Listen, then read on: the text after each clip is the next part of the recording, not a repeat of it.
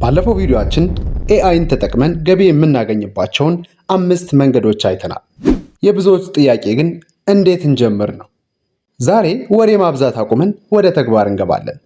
ኤአይ ዝም ብሎ ስላዘዛችሁት ብቻ ገንዘብ አያዘንብላችሁም። ልክ እንደ ማንኛውም ስራ የራሱ የሆነ ጥበብ አለው። ዛሬ ቴክኖሎጂውን ተጠቅማችሁ ወርቃማ እንድትሆኑ የሚረዱ 3 ወርቃማ ህጎችና ብዙዎች የማይነግሯቸውን ተግዳሮቶች እነግራችኋለሁ።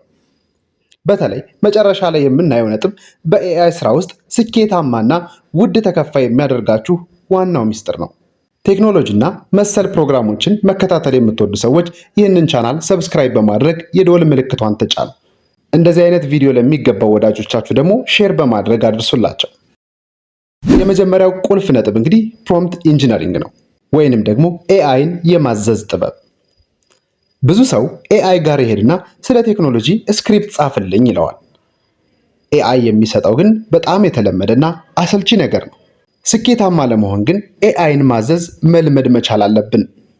የመጀመሪያው ምክር እንግዲህ ለኤአይ ስትነግሩት ኮንቴክስት ስጡት። ለምሳሌ እንደ አንድ የ10 ዓመት ልምድ ያለው የዩቲዩብ ስክሪፕት ጸሐፊ የሆነ ተመልካችን ከመጀመሪያው ሰከንድ የሚይዝ ስክሪፕት በአማርኛ ጻፍልኝ ብላችሁ አዝዙት። ውጤቱ የሰማይና የምድር ያህል ይለያያል። ጥራት ያለው ውጤት ለማግኘት ጥራት ያለው ትዕዛዝ መስጠት አለባችሁ። ሁለተኛው ነጥብ እንግዲህ የሂውማን ተች አስፈላጊነት ወይንም ደግሞ ሰዋዊ ንክኪ እንዲኖረው ማድረግ።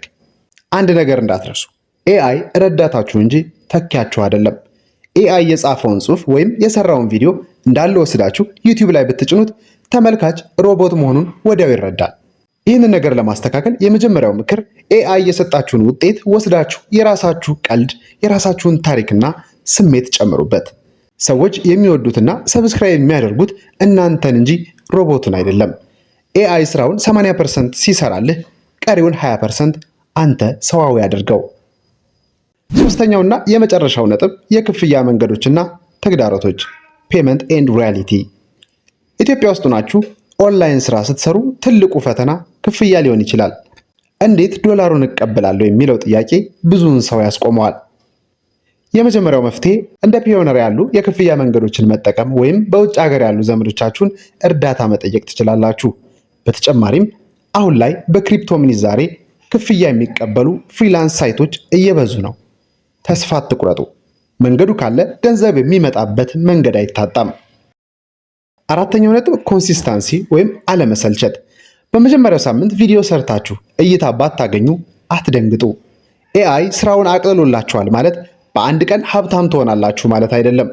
ቢያንስ ለ3 ወራት ሳታቋርጡ ጥራት ያለው ነገር ለመስራት ሞክሩ። ውጤቱ የሚመጣው በትዕግስት ለሚሰሩት ብቻ ነው። እንግዲህ የዛሬው ተግባራዊ መረጃችንን ይህንን ይመስላል። ኤአይ ትልቁ መሳሪያ ነው። እጃችሁ ላይ ያለው ስልክ ደግሞ ወይ መዝናኛ ብቻ ነው ወይ ደግሞ የገቢ ምንጫችሁ። ምርጫው የእናንተ ነው። ይሄ ቪዲዮ ጠቃሚ ሆኖ ካገኛችሁት ላይክ አድርጉት።